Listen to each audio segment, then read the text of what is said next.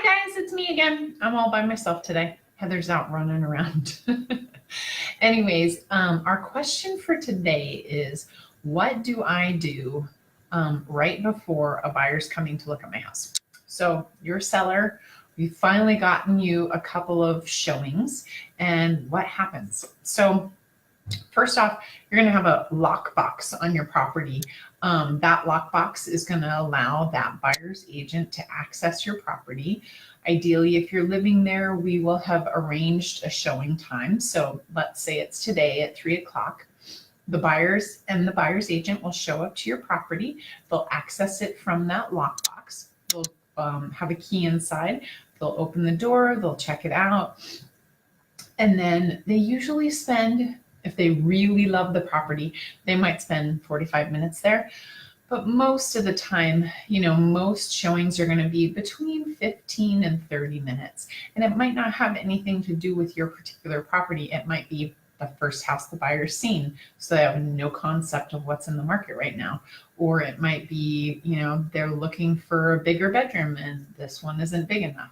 There's all kinds of specific things that a buyer is looking for. So don't take it personally if they're not in the house for very long. But number one, you need to be out of the house, because a buyer cannot picture themselves in the property unless you are gone.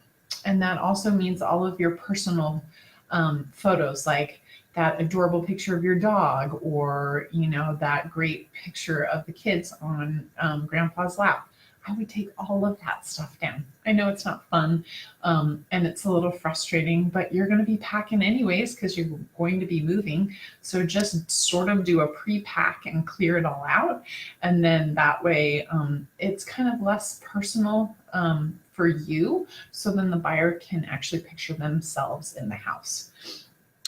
A couple of other things, ideally you're going to declutter. So most people live in a kitchen with a bunch of appliances on the countertops because it's way more convenient than pulling the stuff out of the pantry every day to, make your protein shake in the morning, for instance. So put all of that stuff away. I don't care if it has to be in the basement boxed up or if it needs to be in the pantry and you have to pull it out every day when you use it. As much as you can, create space and just clean surfaces for the buyer's eyes to settle on. Lots of stuff in a room or lots of stuff on surfaces distracts the eye and makes them not really be able to see what the house actually looks like. Clean it.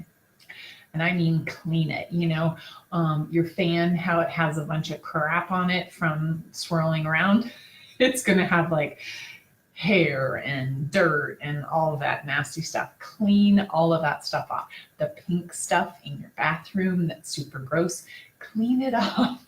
All of those tiny little details make a difference. It makes the house feel more well taken care of. It makes it appear just more beautiful. And that, at the end of the day, is what the buyer is looking for. What else right before the showing? Sometimes, depending on where you're at, people might throw some cookies in the oven. You might light a candle, but I don't really recommend scents because a lot of buyers are sensitive to scents, and that can actually work in the opposite direction of what you were hoping for. So I might just, keep it clean on a regular basis, but I wouldn't necessarily have any of those plug-in, like those Glade plugins or anything like that. They're usually a little too overpowering for most buyers. What else? Turn all the lights on. You want it to be bright and beautiful in there, so make sure all the lights are on. And then sometimes I've seen people leave a radio on. That is also a little spooky sometimes because you're not sure if people are in the house. So I'm pretty neutral on that one. If you're trying to mask some noise, like freeway noise, for instance, you might consider doing that. But yeah, it's all those details that make a big difference. So lights on, smells out, you're out, the kids out, everybody out of the house, the dog's out. Yeah, that's about it. Clean, clean, clean. That is all I can tell you. But yeah, obviously I'm happy to sit down and make it particular to you because there's always something specific to your property. So feel free to reach out. I hope you're enjoying this cooler nesting weather and have a wonderful next week. Take care.